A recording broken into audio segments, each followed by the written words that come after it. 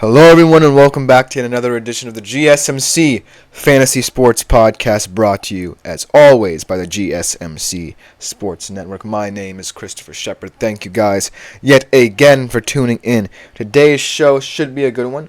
We are sticking in the realm of betting a little bit. We have some betting odds, not just for college basketball, as you guys seem to like that. We're going to be looking at the Wooden Award betting favorites.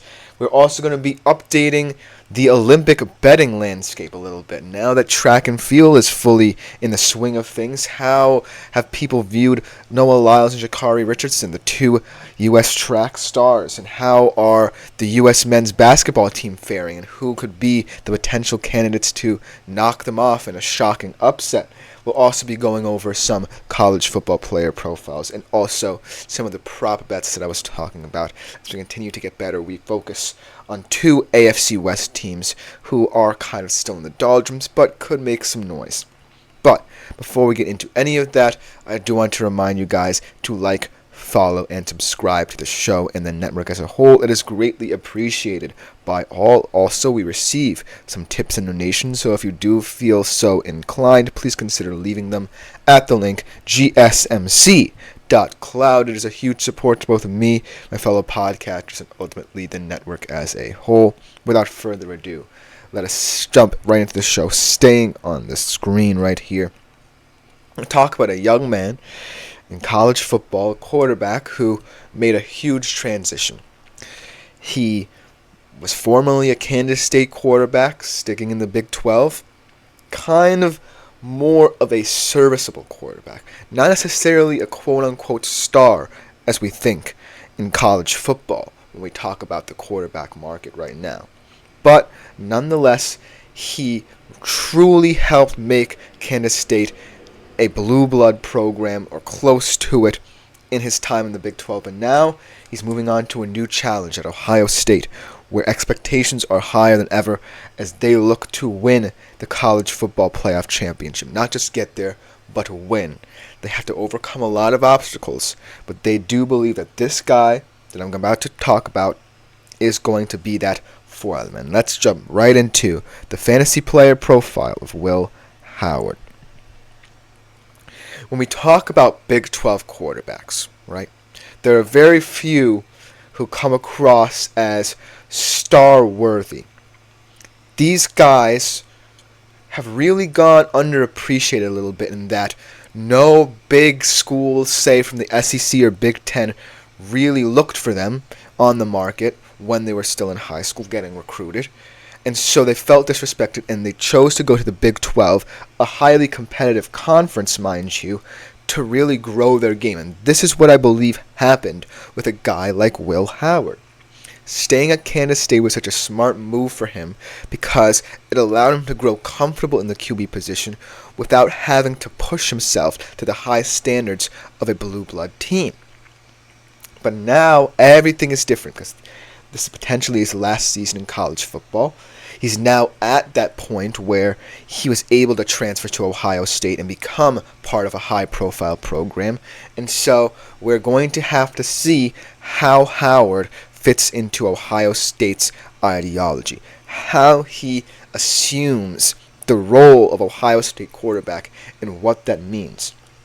And so, looking at his stats from Kansas State, I think that he's definitely going to be either A, serviceable, or B, someone who, because of his solid play, can be seen as a star.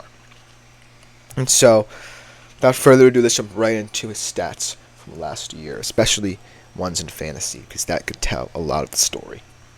2,643 yards passing for Will Howard last year, 351 rushing yards, 33 total touchdowns, 10 interceptions. Let's talk about his best fantasy performances, though, because this could be pretty worrying. His best performance was against Troy, where he was 21 for 32 for 250 yards, 3 touchdowns, 1 interception. His worst performance was against Texas Tech, where he was 6 for 9, 86 yards. And so, when I think about what that means for his transition to Ohio State, yeah, it's kind of weird to talk about just 2 outlier games in his career where, he performed either better or worse against much lower competition. But it is still kind of telling of what Big 12 football was like compared to Big 10 football. You just really focused on winning the game no matter what. That's what Big 12 football is all about. By hook or by crook, you just wanted to get to the Big 12 championship game and potentially make the CFP. And that's the kind of football I think Will Howard is playing. But it's now different because Big 10 football, you really have to pinpoint certain games while also taking care of your business so that you don't slip up along the way. And Ohio State has pretty much two big games that I think about on their schedule. They play Oregon, I believe at Oregon, and they play at Michigan as well. And so, those two big games, if Will Howard doesn't show up, it's very concerning, and it can be attributed to perhaps his mentality of Big 12 focusing on more conference play and getting your wins there. But in Ohio State, you're looking at a team that has built for this point. It's not just Will Howard's will that's going to lead this team to victory. It's the players around him. And he has to realize quickly that he's not the star quarterback. He's the guy who's getting it to the star wide receivers. And so, I feel like with the wide receiver weapons at his disposal, you have Emeka Egbuka, who certainly plays like a wide receiver one. Never truly had a 1,000-yard season, but he's inching his way ever closer. You have talented freshman Jeremiah Smith turning heads in spring practice, and who should be looking for a lot of playing time. Sophomore Carnell Tate as well, also looking very exciting. So a young receiving core that's really built around, getting that experience and being able to be trusted early on in their careers really should help Will Howard settle in. But it's how he settles in that's important. And it's also the reason why I think that he might not be as popular of a fantasy college football pick in earlier rounds. Take, for example, a guy like Carson Beck, right? The reason why I'm so much higher on Carson Beck than I am on Will Howard is because Carson Beck knows how to play within the system of a pressure cooker.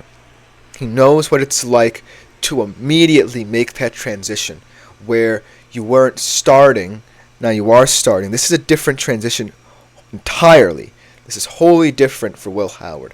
He's not transitioning from a bench player, a role player at a Georgia, Ohio State, or big program like that. He's transferring from Kansas State to Ohio State.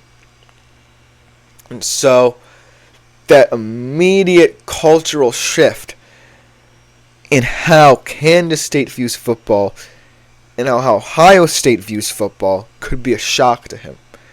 And how he handles that is highly pivotal for how this wide receiver core performs as well. And I think we'll be talking about them a lot more as this fantasy college football season goes on. And so, let's talk about this word serviceable, because it can mean so many different things for so many different people. Is serviceable, in the terms of Kansas State, good enough to ignore the fact that he's playing for Kansas State?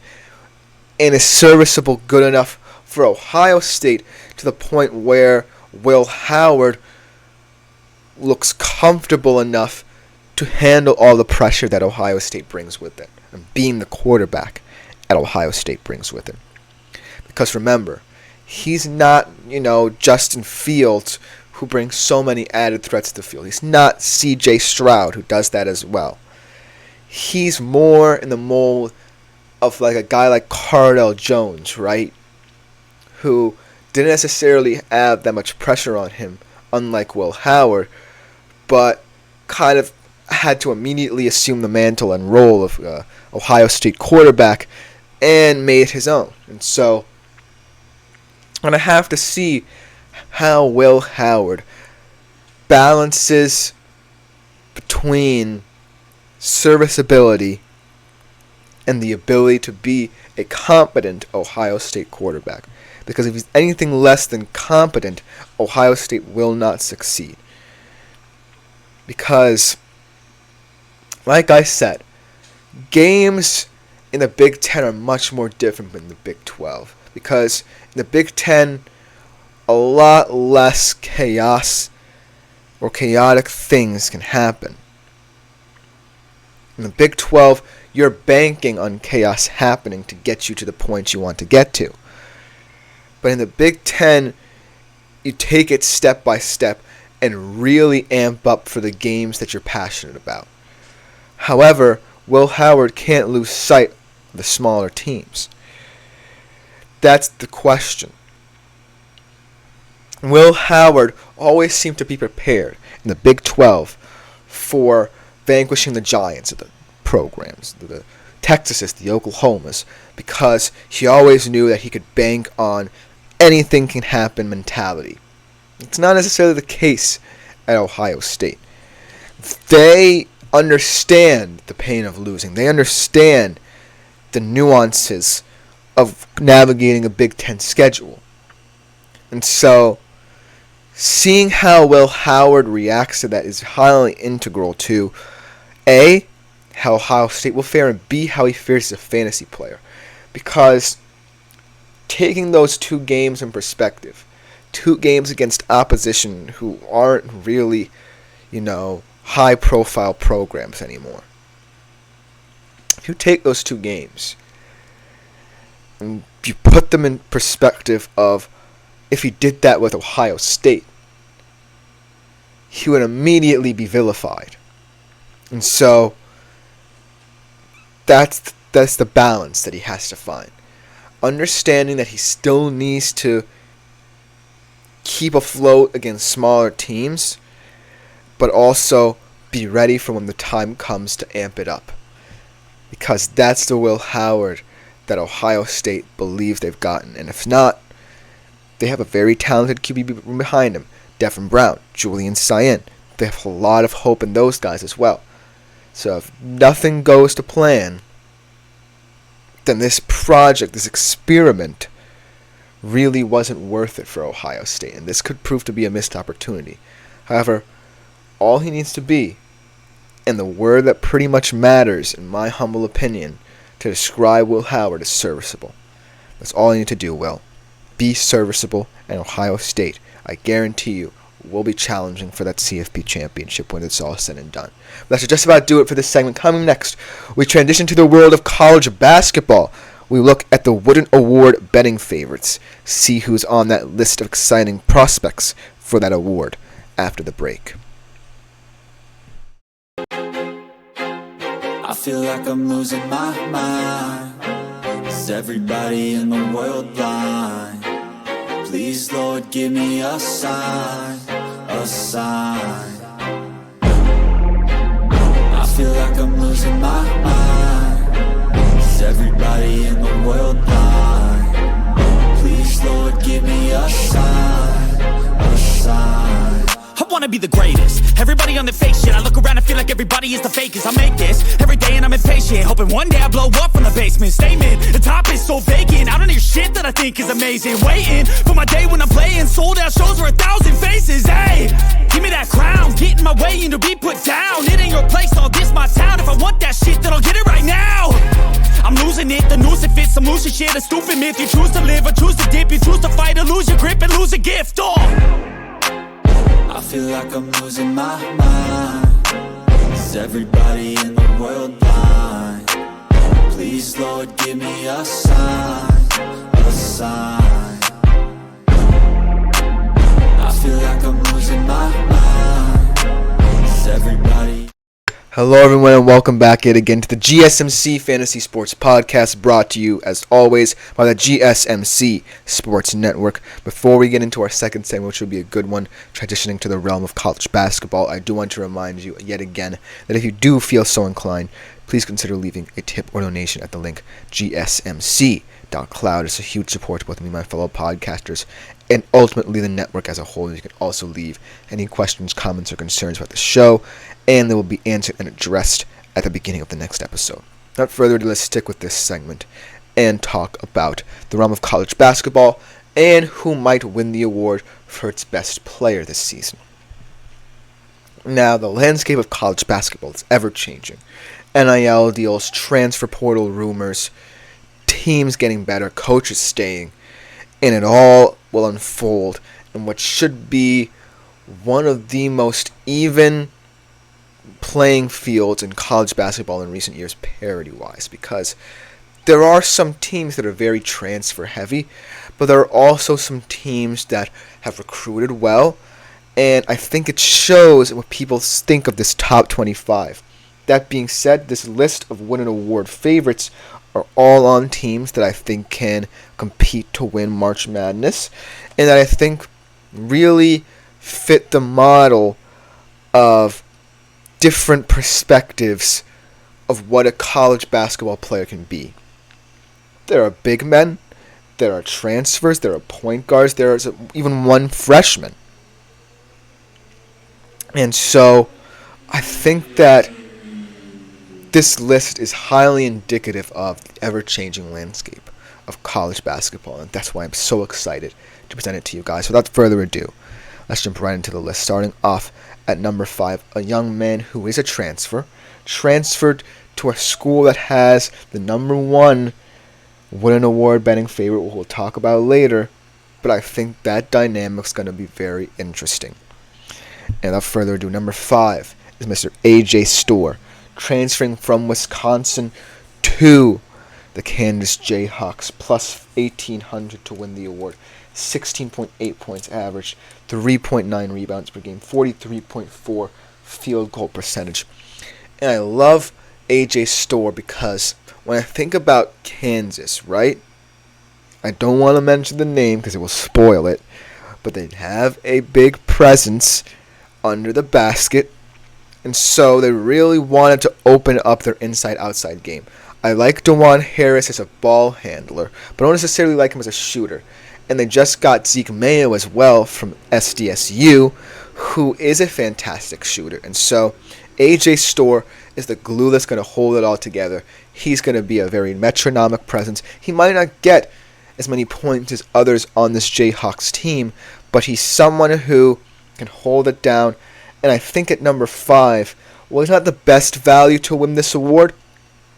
I certainly feel that at a position such a small forward that's getting a little bit less valued in college basketball, if he just does put up bigger stats than people expect, I do believe that he has a chance to ascend, especially because he has that guy at the top of this list bolstering his case should they combine well, and I think they will, because A.J. Storr was one of the most underrated players in Big Ten play last year.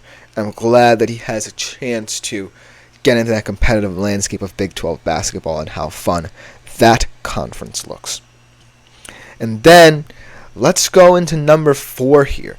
A guy from Alabama who's making a lot of noise, one of the best three-point shooters in the nation, on a team that's looking to have one of the best offenses yet again in the nation and perhaps win March Madness at the end of the day. And that is Mark Sears.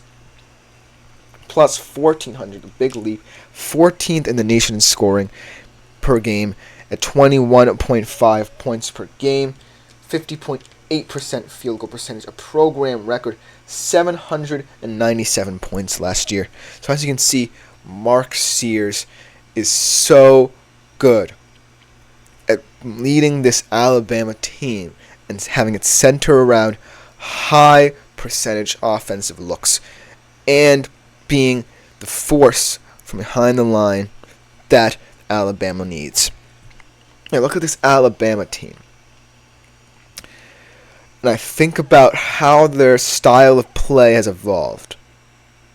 Yes, you wanted to bring in someone like a Cliff Amaroy from Rutgers, who is a fantastic addition to this team because he adds much needed rim protection and dominance on the defensive side of the ball to counteract the more intelligent, high IQ play of a guy like Grant Nelson down low. I think that Mark Sears really fires up this team offensively because they know that whenever they're in a situation where they feel as if they might be trapped, they have Mark Sears, who's a highly intelligent player. He's not just a three-point shooter to bail them out, because he knows when the time is needed to shoot a three-pointer, but he's not always looking for the three-pointer. He knows when he's hot, and he knows when he needs his teammates to really step up around him. And so, when I think about Mark Sears, at plus 1,400 in this betting odds race, I really think that a lot of people might be undervaluing him, and he would be my pick, in all honesty, to win the Wooden Award this year. It all depends on how Alabama improves all around rather than just offensively. Because if Mark Sears, A, continues shooting the three-point shot well, B, includes all his teammates, and C, is at least on a Final Four team, then he has the case. But if Alabama regresses even one bit, that might hinder his case because they're not as strong defensively as some other teams around them. And they have a couple games where it will be proven that either their offensive mindset works or it doesn't. And I'm really excited to see how that will affect the play of Mark Sears. But for now, at number 4, I think he's a nice value pick. And now, at number 3, the only freshman on this list, the first freshman perhaps to ever win it since a fellow Duke player in Zion Williamson, and that is Cooper Flagg. And what I love about Cooper Flagg is that along with him and Kaman Malwak, they both have experience playing against the NBA's elite talent. They both played against Team USA, and they both were perhaps two of the better players in the court. And so coming into Duke, both of them should immediately make noise. And what I love about Cooper Flagg is he's a well-rounded player at plus 1,200. Listen to his high school stats. 16.1 points per game, 7.6 assists per game, 3.9 rebounds per game, 2.7 blocks per game, and a 54.8% field goal percentage. When I think about this Duke team, right, it's starting to become less of, say, a player factory, right? You're producing one-and-dones. It's starting to become a mix of that. It's starting to become having guys like Tyrese Proctor and Caleb Foster returning, and guys like Flagg and Malwak, two high-profile 2025 NBA draft prospects coming through. It's starting to become a nice little mix. And I think that that's what makes Duke so scary. If Cooper Flagg and Kaman Malwak really are what Duke think they are, then there could be a very special team and a very special duo. And because of his USA background, playing high-level talent at such a young age, Cooper Flagg may have the savvy to become the first freshman to win it, like I said, since Zion Williamson, and only the fourth to do so. And so, while there are so many other guys who have more experience than him, have played in this college basketball setup for so long and feel like such household names, at the end of the day, it's not insane to say that Cooper Flagg will not raise his profile and really help his case should he do that, because of the fact he's linked so heavily with the 2025 NBA draft. And so, at the end of the day, he's such a well-rounded player too. I think that Cooper Flagg could be a popular pick. So look out for him as the season goes on. But number 2, another very experienced guard, and someone who is definitely going to have to compensate for the loss of Armando Bacot at North Carolina. That's R.J. Davis. North Carolina looks drastically different from last year and the past couple of years when they were competing for Final Four spots. Now R.J. Davis is a star, and he's really going to have to bolster this team. It's going to be pretty guard-centric. They have a guy like Elliot Cadeau, who they truly believe in. But at the end of the day, R.J. Davis is a very solid player. 21.2 points per game, 42.8% field goal percentage, won the Jerry West Award for Best Shooting Guard. So he has that experience of winning an award. But North Carolina, I'm not sure how they're going to operate, really. They don't have a big man. Maybe Van Allen Lubin will step up and be the guy for them, but I'm not so sure that R.J. Davis can succeed without the presence of Armando Bacot. They were so good in the pick and roll. They were so good at understanding each other. And now he has other guards around him who are younger and might, as a result, get more minutes as they acclimate to this college basketball setup. And so, R.J. Davis is a very intriguing number 2 option at plus 800. I do believe he's one of the better guards in the country, but he's going to have to prove himself as the best player, without a doubt, on North Carolina to get any sense of praise. And it's going to be very difficult because the shooting guard position is drastically changing as more and more teams are getting very centered around centers and big men. And that's why the number 1 player on this list is a big man, and perhaps the best returning big man in the nation. And if he hadn't returned, who knows how this Wooden Award race would have shaked out. And that is Hunter Dickinson of the Kansas Jayhawks, the guy who A.J. Storr will be playing with next year, making his triumphant return to college basketball. It was a huge if, seeing as to how he had the stats and numbers to potentially be a high draft pick in this year's NBA draft, but Hunter Dickinson returning at plus 800 as well. 17.9 points per game, 10.9 rebounds per game, 54.8 percentage from the field goal line. And I think that what I love about Hunter Dickinson is that he's so good at understanding the nuances of the center position. He understands what it means to be a modern big man. And a Kansas team that used to be so heavily predicated on inside-outside combinations and meaning that more pressure was on the guards, now that Kansas has assumed the mantle as this dominant big man-centered team surrounded by Hunter Dickinson, I really believe that Kansas is going to want Hunter Dickinson to truly assume the role of not just a high-profile center, but a win an award favorite. And I think that he has the best chance out of anyone to win that award because of how people view big men in this league. That will just about do it for this segment. Coming up next, we give you guys an update on the Olympic betting landscape now that different events are fully underway and some are into the quarterfinal stages. We are going to look at those events right after the break. Looking for your daily fix of sports talk without having to pay for it? GSMC Sports Network is available on YouTube. Just search GSMC Sports Network. Get your fix of daily sports talk shows on YouTube, absolutely free. NFL, college football, NBA, MLB, MMA, UFC, fantasy football, and so much more. GSMC Sports Network has shows running all day long, with new sports shows starting every 2 hours. Just like on your favorite cable sports channel, except GSMC. Hello everyone and welcome back to the GSMC Fantasy Sports Podcast, brought to you as always by the GSMC Sports Network. We are at our third segment for today's show, and we will be talking about the ever-changing betting landscape for the Olympic Games, especially on the American side of things. And now that certain events, like I said, are fully underway and some are getting into their final stages, I just wanted to give you guys another update on how the Olympic betting landscape is looking. Let's start out in everyone's favorite sport to talk about men's basketball and women's basketball for that matter.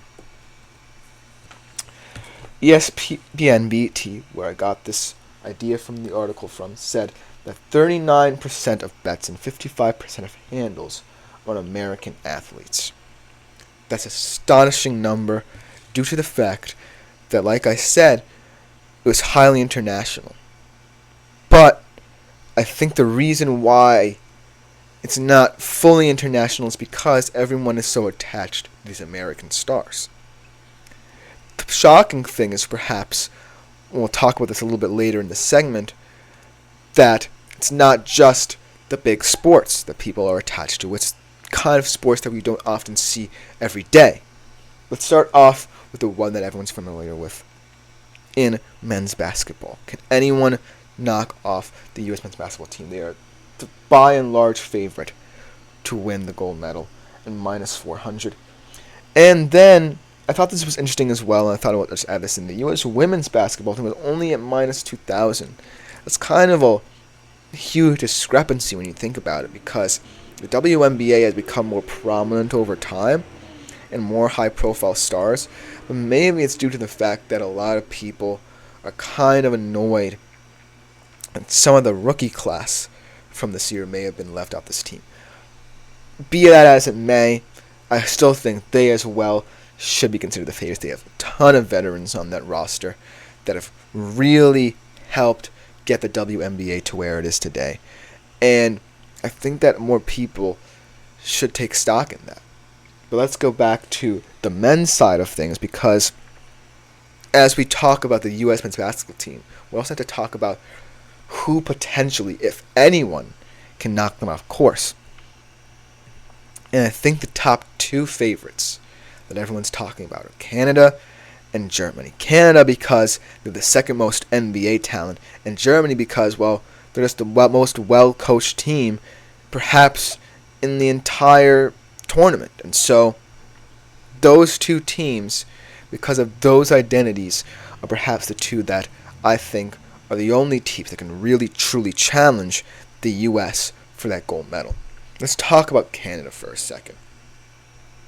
I think the reason that Canada is kind of flying under the radar is because there are teams like France and Germany who just play so well within the system of the international rules, the FIBA rules, if you will, that the Canadians kind of get lost in the fact that they actually have players who A, play in the NBA, B, might understand the nuances of what the USA will do, and C, have the second most talent, like I said, from the NBA. You have guys like Shai Gilgeous-Alexander, you have guys like Jamal Murray, Andrew Wiggins, that play, in the NBA. Maybe not superstars, but they still understand what it will take to potentially beat the US. And so, now that it's in the quarterfinal stages, I do believe that Canada will get more respect as the tournament goes on. But the reason why I'm kind of skeptical of them is because do they have the versatility to defend the U.S. for long stretches of time? Now, our very kind of guard-centric team, they're not, the tallest team per se. And so I might have more concerns about them than I do in Germany. And I think a lot of people need to respect Germany because they don't have that big, high-profile NBA star on their team. They have Dennis Schroeder. They have Daniel Tice. They have Mo and Franz Wagner, who could potentially become stars in the NBA, but aren't just there yet. But the reason why I believe that Germany is the top contender to knock off the U.S. is because they're just well coached. They don't need to be these big stars to play well together. It's because they work within the system so well. They understand what their coach is asking of them, and then just execute the game plan at any given time. And that's what you might need to break down the USA, because Steve Kerr has made some decisions in these Olympics that have raised some eyebrows. And so, if you, for that period of time, for 48 minutes, can come up with a better game plan than the U.S., then that might be enough. And Germany seems to be the team that can always come up with a game plan for anyone. And so, beware of them. I think they're at plus 850. I think that, if anything, Germany to medal or potentially win the gold. I'm really going to say it because Germany are just that fantastically coached and structured to win that gold medal. Now let's talk about the track situation. We just got underway in the track, and I know I'm a little bit late in this because all of these bets were made before both Lyles and Richardson ran in their respective 100-meter events. But Noah Lyles was the overwhelming favorite to win the 100 meters. And he's also the overwhelming favorite in his best event, the 200. Now, the reason why I think a lot of people bet on Noah Lyles, even when this was a very crowded 100-meter field, you had guys like Marcel Jacobs, who was the last Olympic champion at 100 meters. You had guys like Keyshawn Thompson. You had guys like Fred Curley, a fellow American, who really were high-profile runners as well. The reason because Noah Lyles just gets so much more attention. When you think of track and field stars, the only ones you really see are A, American ones, and B, men's American ones, really. Women's are getting a little bit more popular, but when you think about the track and field, you think about the American men and their kind of storyline throughout the years to get to this point. Remember, Noah Lyles is the first American man to win the 100 meters in 20 years. Not since Justin Gatlin in 2004 had an American won until Lyles did. And so, at plus 140 on the 100, those are stellar odds for someone who, in all reality, very well could have lost that race because of that field that he was in. But nobody really cares that much about the field outside of Noah Lyles because he's American. That attachment to American culture, when you're talking about a sport that doesn't get as much national attention in America, comes down to, oh, he's the best American, let me pick him. And then in 200, if you're familiar with him in 200, that's his best event, even better than 100 meters.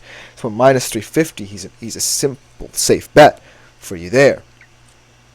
And so I really think that as more events that we don't often see every day come into play, a lot more betting lines favor the Americans. The same thing happens to Sha'Carri Richardson, even though she got the silver medal. Minus 175 on the 100 meters because, like I said, she's very high profile as well. That being said, she only really has this one event to truly cement her place. And I think that's what led to a more risky mentality.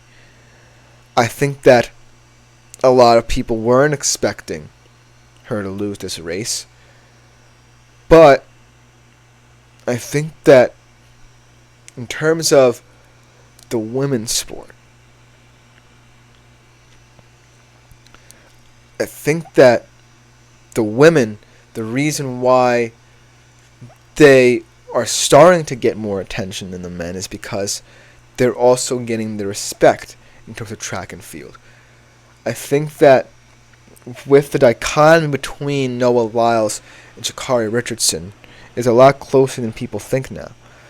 A lot of that can actually be attributed to, the Netflix series Sprint, where both of them were heavily profiled. And I think that both of them are also very, very passionate runners.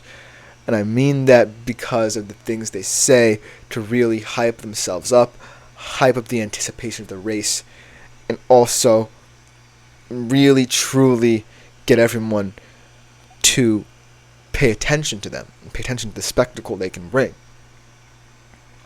And that, it also brings about this sense of excitement that previously might not have been there in terms of betting. And so those two are really the figureheads because of what they bring to the table. And then we go to Sydney McLaughlin at minus 500 and 400 hurdles. She's just someone who's so excellent and so calm and composed while doing whatever she does that she's almost a no-brainer. And I think in a much less popular event, it's highly easy to, when you see someone who transcends the event itself, you immediately put your money on them. And that's what Sydney McLaughlin does. She's always, been someone who you don't expect to be as boisterous as, say, a Noah Lyles or Sha'Carri Richardson. She's someone who really lets her running do the talking. And that's what I think people are attracted to. She became a star just by dedication and hard work. She doesn't necessarily have to talk to back anything up. I'm not saying that Noah Lyles and Sha'Carri Richardson are better in that regard because of their quote-unquote trash talk. I'm just saying that Sydney McLaughlin is so rooted in being fantastic, but also understanding that she's someone who's just trying to bolster the sport for women in track and field. I really think that's why a lot of people gravitate to her as well. So overall, when I think about Olympics and betting and how our attachment to certain athletes here in America plays into it, I certainly feel as if as tournaments and races get deeper and deeper, we're going to start having to understanding the nuances that lay beyond just looking at American athletes, because at any given moment, any one of them could slip up. It almost happened to Noah Lyles, and it did happen to Sha'Carri Richardson. It could even happen to the U.S. men's basketball team. Who knows? But we all have to focus on understanding what that could mean in the future. That's why I wanted to update you guys with this. But coming up next, we're transitioning to our prop bets deep dives, looking at two AFC West teams, like I said, starting off with a team kind of in rebuilding, maybe retooling mode, the Denver Broncos. We'll be right back to talk about them after the break.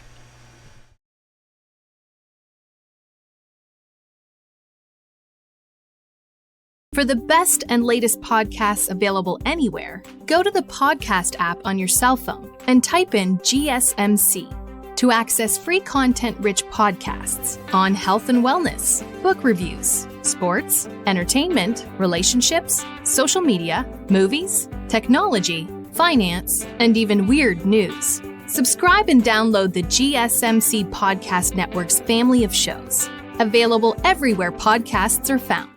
Hello everyone and welcome back to the GSMC Fantasy Sports Podcast, brought to you as always by the GSMC Sports Network. We're in the home stretch of today's show, and we are making a transition to our prop bet segments for the day, starting off with the Denver Broncos.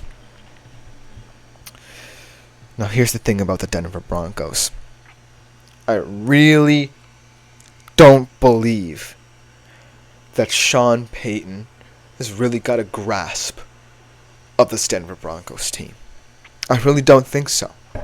I really think he's trying to transcend what's best for the team and make it more about him than about how the Denver Broncos can progress in an AFC West that's getting very top heavy. Now, that doesn't mean I don't necessarily like the players the Broncos have in their roster, and that doesn't mean I don't necessarily like Bo Nix, who seems to be Sean Payton's guy. I just believe that he's focused on the wrong things with his team and not necessarily focused on, the pieces that were already there when he came in that really make this team shine. And looking at the prop bets for them, it's not looking, very hopeful. But I still think that the Denver Broncos are going to be a very weird team to pin down, just based off of what I believe Sean Payton's going to do with it. Because Bo Nix could immediately be a bust. He immediately could be one of the hugest disappointments for the Denver Broncos of the season. But he can also add value in that if Sean Payton plays his card right somehow, he can become someone who doesn't necessarily have to do too much, but can take advantage of the weapons that he does have, because he certainly has some intriguing weapons that a lot of people might be underestimating. So without further ado, let's jump right into why the Denver Broncos are kind of a betting enigma this year. Let's start off with their win projection. Their over-under is 5.5 wins. And it's minus 140 for the over, plus 120 for the under.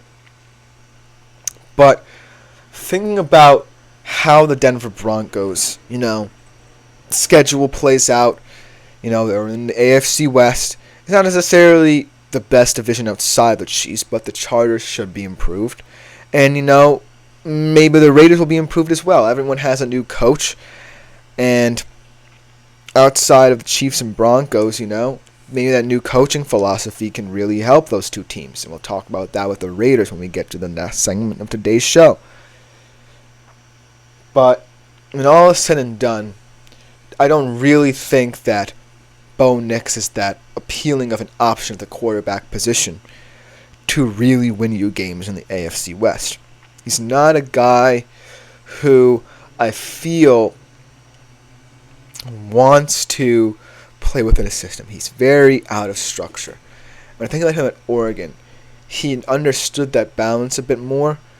But with the Broncos, I think that their weapons are so well balanced that he's going to have a hard time really understanding how to distribute the wealth here.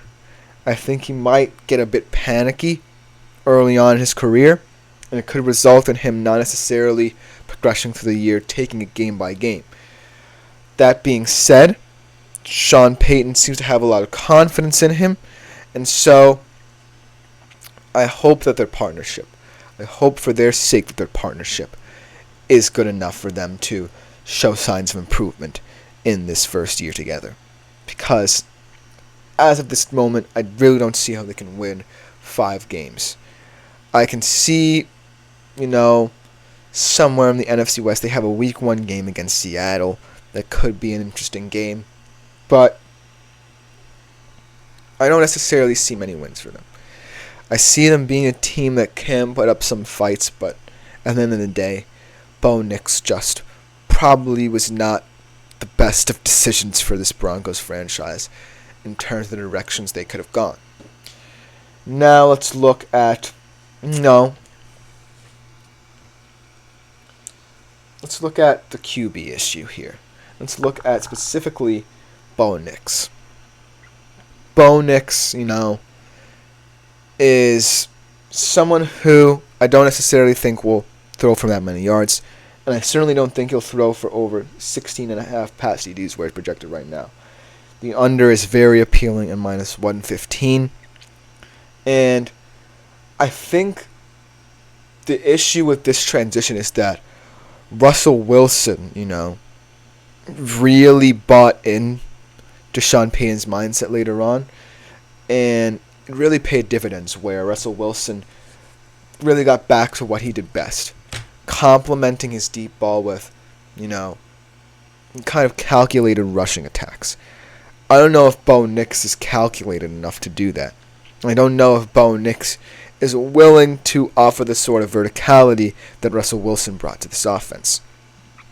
He does have guys like Courtland Sutton and Tim Patrick, but those guys are heavily reliant on two things. One for Courtland Sutton is that he's always reliant on the deep ball being open. He's always reliant on getting down the field, creating that sense of verticality. Tim Patrick, I believe, is more of a red zone threat. A guy who is going to be at the target in the red zone and is always going to be the main red zone target. Then you have a guy in Troy Franklin, who Bo Nix did play with, who's perhaps the best route runner of them. But if you want this whole project to work, you have to bring the best in 2 receivers who I think the Broncos are going to invest a lot of money into, and also are the best in the team.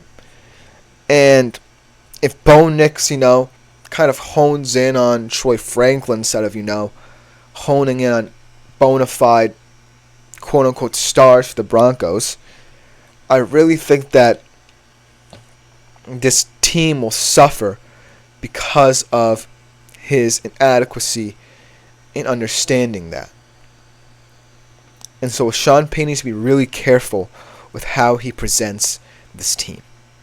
Be really careful with how he presents Bo Nix and how he gets him into a situation where he now understands that he doesn't have to be someone so focused on one thing. But I still think With all of that in the mix, he's going to underachieve in terms of passing touchdowns. He just doesn't have the profile of someone who can get a lot of passing touchdowns in that offense. And I don't think he's going to be able to sustain drives without, distributing the wealth. I think he's always going to look for a Troy Franklin too often. And I think he's going to keep on repeating that pattern until someone tells him no. And I don't know if Sean Payton is afraid enough to tell him no.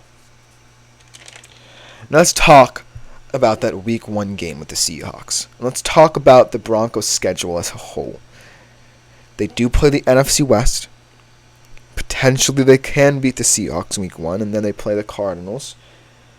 So, who knows how they split their NFC schedule.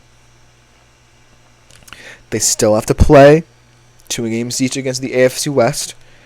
And like I said, there's a lot of things up in the air with other teams in the division. New coaches, new philosophies having to be implemented. They might be able to steal a couple wins there. Let's talk about this game against the Seahawks and why it's so pivotal starting out the season.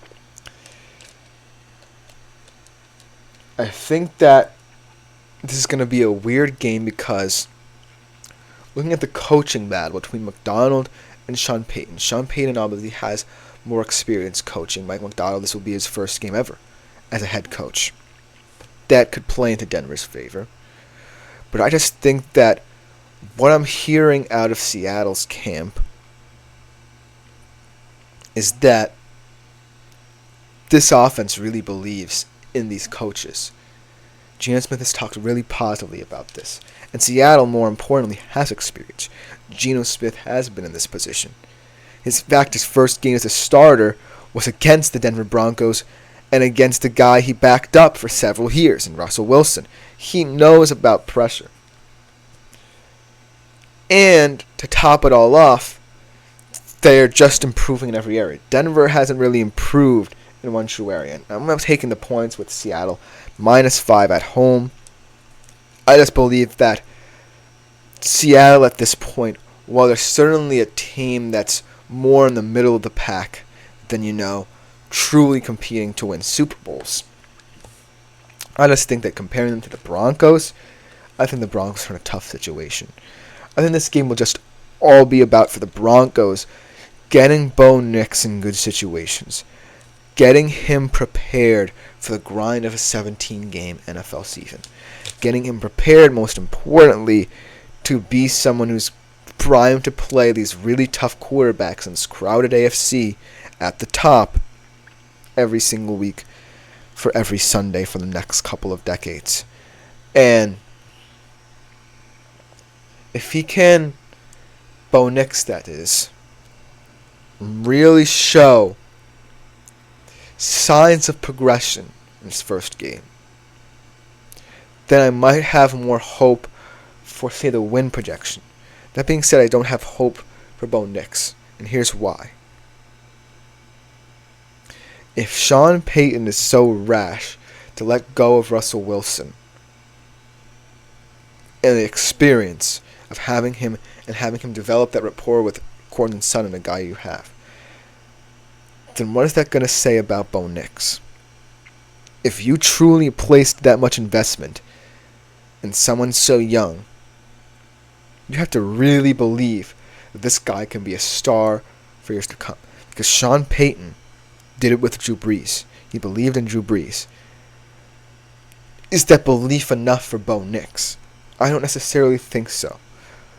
Because Bo Nix is just someone that I don't necessarily think has the goods to deliver on a weekly basis for the Denver Broncos. Because I don't think he understands the nuances of the NFL. And it's going to show immediately in Week 1. And if he can't get going, then I fear the Denver Broncos will truly hit all the unders in terms of their betting odds. But who knows? The AFC West is crazy. To finish up today's show, we were going to transition to the Las Vegas Raiders and their interesting situation. We'll be right back to close out the show with that segment.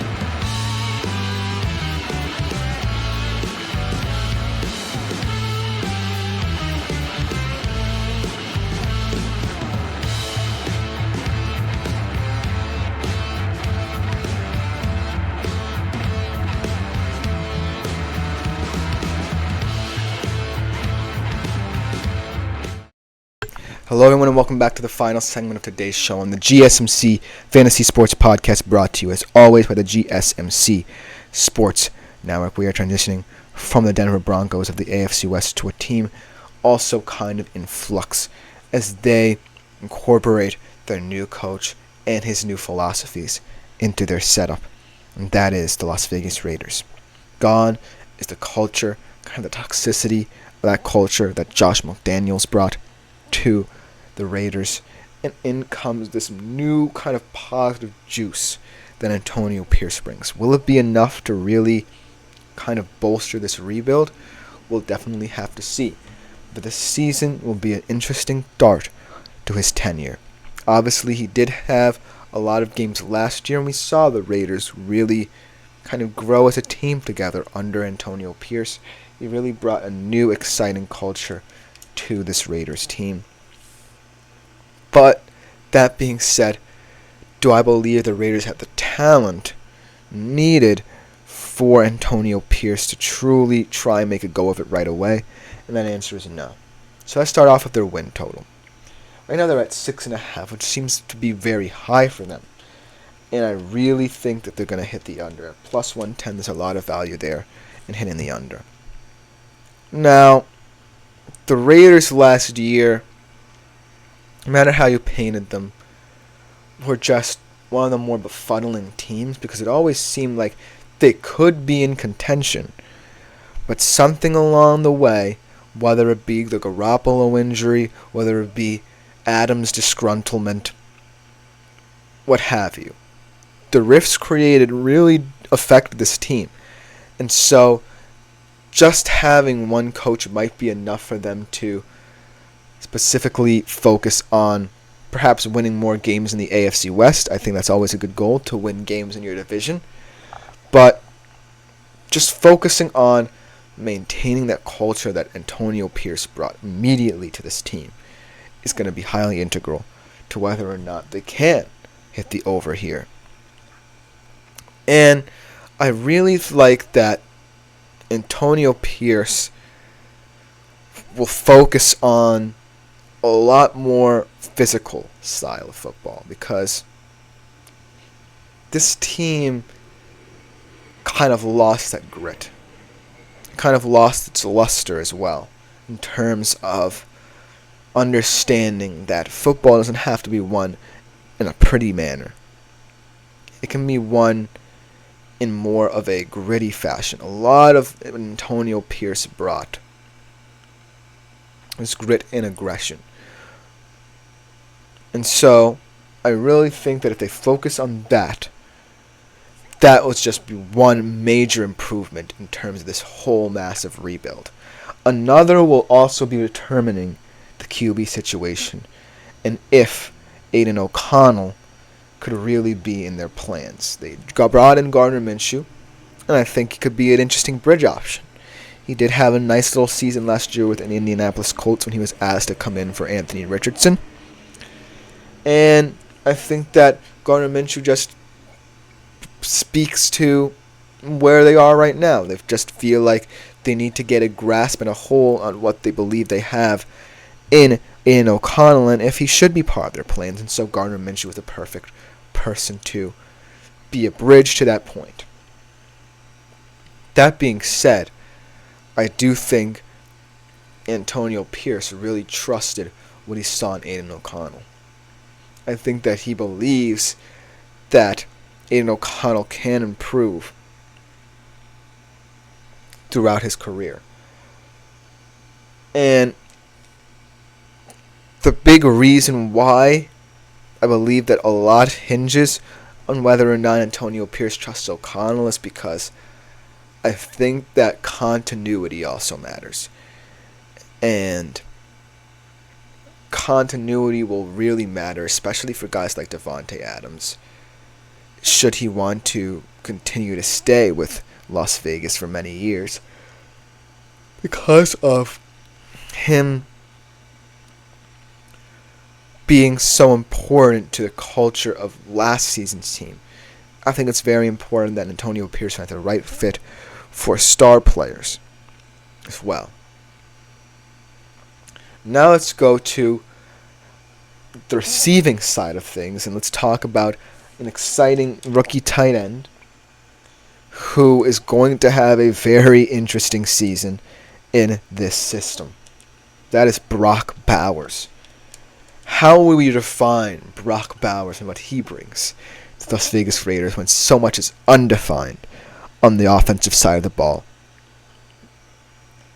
I think that, Brock Bowers, just his ability to understand the nuances of route running as a tight end, most importantly, to just get open, will open up a lot of things for Las Vegas. It's just about whether or not Minshew or Connell really trust him. Right now, his over-under is 675.5 yards, and it's minus 130 to hit the under. But it just feels so weird to talk about someone who is hyped up so highly in terms of this draft. We've never seen a tight end really hyped up this highly as Brock Bowers. And so, I think Antonio Pierce has a really fine line to walk here. Because you're dealing with the QB situation. You have Devontae Adams, who want to continue this retooling process with you as a star player to build around. And now you bring in a rookie tight end who everyone expects to be this generational talent immediately. How do you balance all of that and make sure that every single dynamic is paid attention to? And so with Brock Bowers, I really think he has the potential to score a lot. But in terms of yardage, it's all going to depend on how Antonio Pierce wants to balance his offense. Because it feels like he wants to be more of a smash-mouth team. Which means that there's going to be a lot of touches to go around. Zamir White can be incorporated more into this offense. And I think that a lot more things will open up in the screen game play action as well. And so it will all depend on the offensive scheme that Antonio Pierce wishes to employ. But I'm more safe betting on the under here because of the question mark at the most important position on the offense than anything else. And then let's go to their opening game of the season. It's actually a divisional game against another team with a new head coach in Los Angeles Chargers. Jim Harbaugh comes into LA, and he also has a very similar philosophy to Antonio Pierce. That's the joke here. How much throwing is going to happen in this game? This could be perhaps the most boring Week 1 game of the NFL season. That being said, it's a very important game for both teams because these are two divisional teams who they believe can beat up on each other. They believe they can steal wins away from them. And that boosts your confidence. A divisional game in the AFC West is always more important than any game you play outside. Because you always have a feeling that, hey, I know the Chiefs are perhaps going to win this division. They're going to win this division 9 times out of 10. But if we can beat up on the Chargers and other teams, that's good for our development. That gives us confidence that we can compete in this division. But, that being said, it is going to be a snooze fest of a game. I don't expect either quarterback, whoever starts for the Raiders, or Justin Herbert to throw over 30 times. It's going to hit the under, the minus 115, 43.5 points. But that's the kind of games that I feel like both of these coaches might want. These slugfests where anything can happen. And in the AFC West, I don't think winning pretty will matter. I think winning ugly will. And that culture could really bring out different fires and different dynamics within all the teams chasing the Chiefs. Because at the end of the day, losing to the Chiefs happens to a lot of teams. But winning against the Chargers, hey, that's something. That'll just about do it for the show. Like, follow, and subscribe to the show and the network as a whole. It is greatly appreciated by all. Thank you guys for tuning in yet again to the GSMC Fantasy Sports Podcast. I've been Chris Shepard. We'll be back better than ever tomorrow for another edition.